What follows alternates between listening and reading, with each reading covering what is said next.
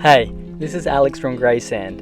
In these next few videos, I'm transforming some unused garden space into a sustainable vegetable garden pergola with raised garden beds, all with the aim of growing enough fresh vegetables to feed my family and friends. Importantly, we need to keep the pesky birds and possums away, so I'll be enclosing the garden with aviary wire. And to give the project some added character and save some money, I'll be using as many recycled materials as possible. In this first video, we'll get started by clearing the side area, concreting the posts into place, then we'll set up the roof beam to pitch the gable rafters from. So let's get started on this exciting new project together. The first step is to remove this timber screen that's going to be in the way of the pergola. I built this timber privacy screen about 5 years ago from old hardwood rafters. I'll now reuse them to be my new pergola rafters. This job ended up being a bit of a pain, trying to unscrew the hardwood rafters from the hardwood posts. Now I just need to go through and clear out the old chicken wire fencing, get the rocks out of the way. I still need to get rid of the old steel posts that my privacy screen was attached to. Once that's done, it's just a matter of clearing out the side area. The next step is I need to set out the external line of the garden pergola. I'm going to make this about 1.8 from the fence line. So I'm just going to knock in a couple star pickets, attach a string line, then I can make sure my garden pergola is not going to get in the way of any of our fruit trees. Once I did a bit of a set out of where the garden was going to go, I realised there was a lot of vines and weeds right in the position of the garden bed. So I had to dig those out, and there was also a couple of tree stumps in the way too, so they had to get dug out. I soon realised this was a bigger project than I'd initially thought, so I had to ring up some local contractors to come and help me get through all the digging. Okay, thanks guys, that was really helpful. Enjoy your afternoon siesta. The next step was to dig all the holes. I planned to start the holes by hand and then finish off with a petrol hole digger. So my plan is to dig the 3 holes along the string line in a straight line. Then I'll use 2 aluminium straight edges, a steel square, and the 3-4-5 method to locate the remaining 3 hole positions. To use the 3-4-5 method, firstly measure 4 feet or meters along your longest line and make a mark. Then measure in 3 feet or meters along the side 90 degrees from the other line, making sure you measure from the same point and make a mark. Next, measure between those 2 marks, and that should equal 5 feet or meters to form a square right angle triangle. If this line does not equal 5, this means your set out is not square and you will need to adjust one of your sides to get the line to equal 5. Now, for larger set outs, you can just increase the same formula by 2.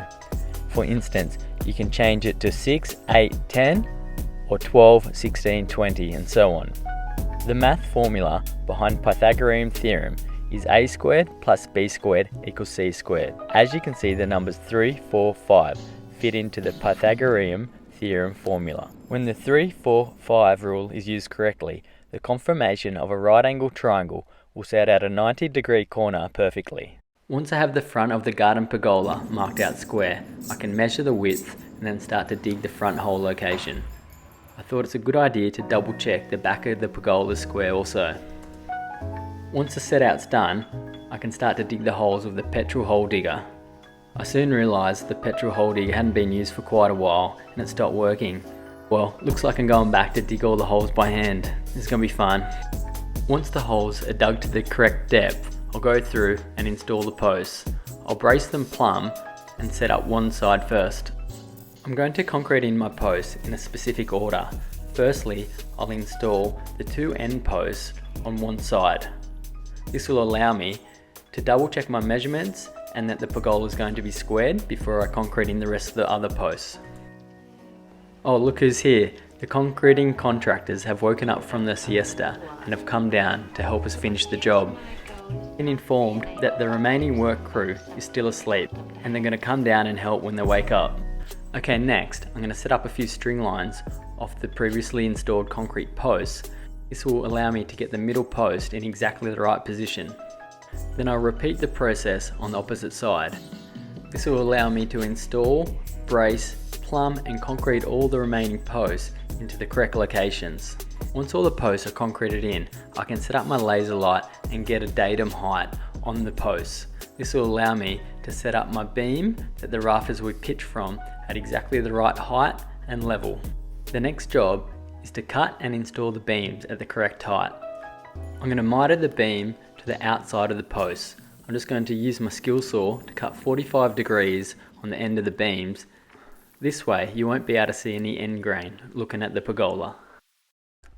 I've spent the time to make sure the roof beams are installed level, straight, parallel and square, which will allow the roof frame installation to go together smoothly. If the roof frames are not set out right, the roof frame calculations aren't going to work out. I'm pretty happy with how the pergola is going so far. As you can see, I've got a pretty nice miter using my skill saw on the external corners. So that's all the time we have left for this video. In the upcoming video, I'm going to show all the steps and process involved in cutting a gable pergola roof using recycled material. So I hope to see you next time, and thanks for watching.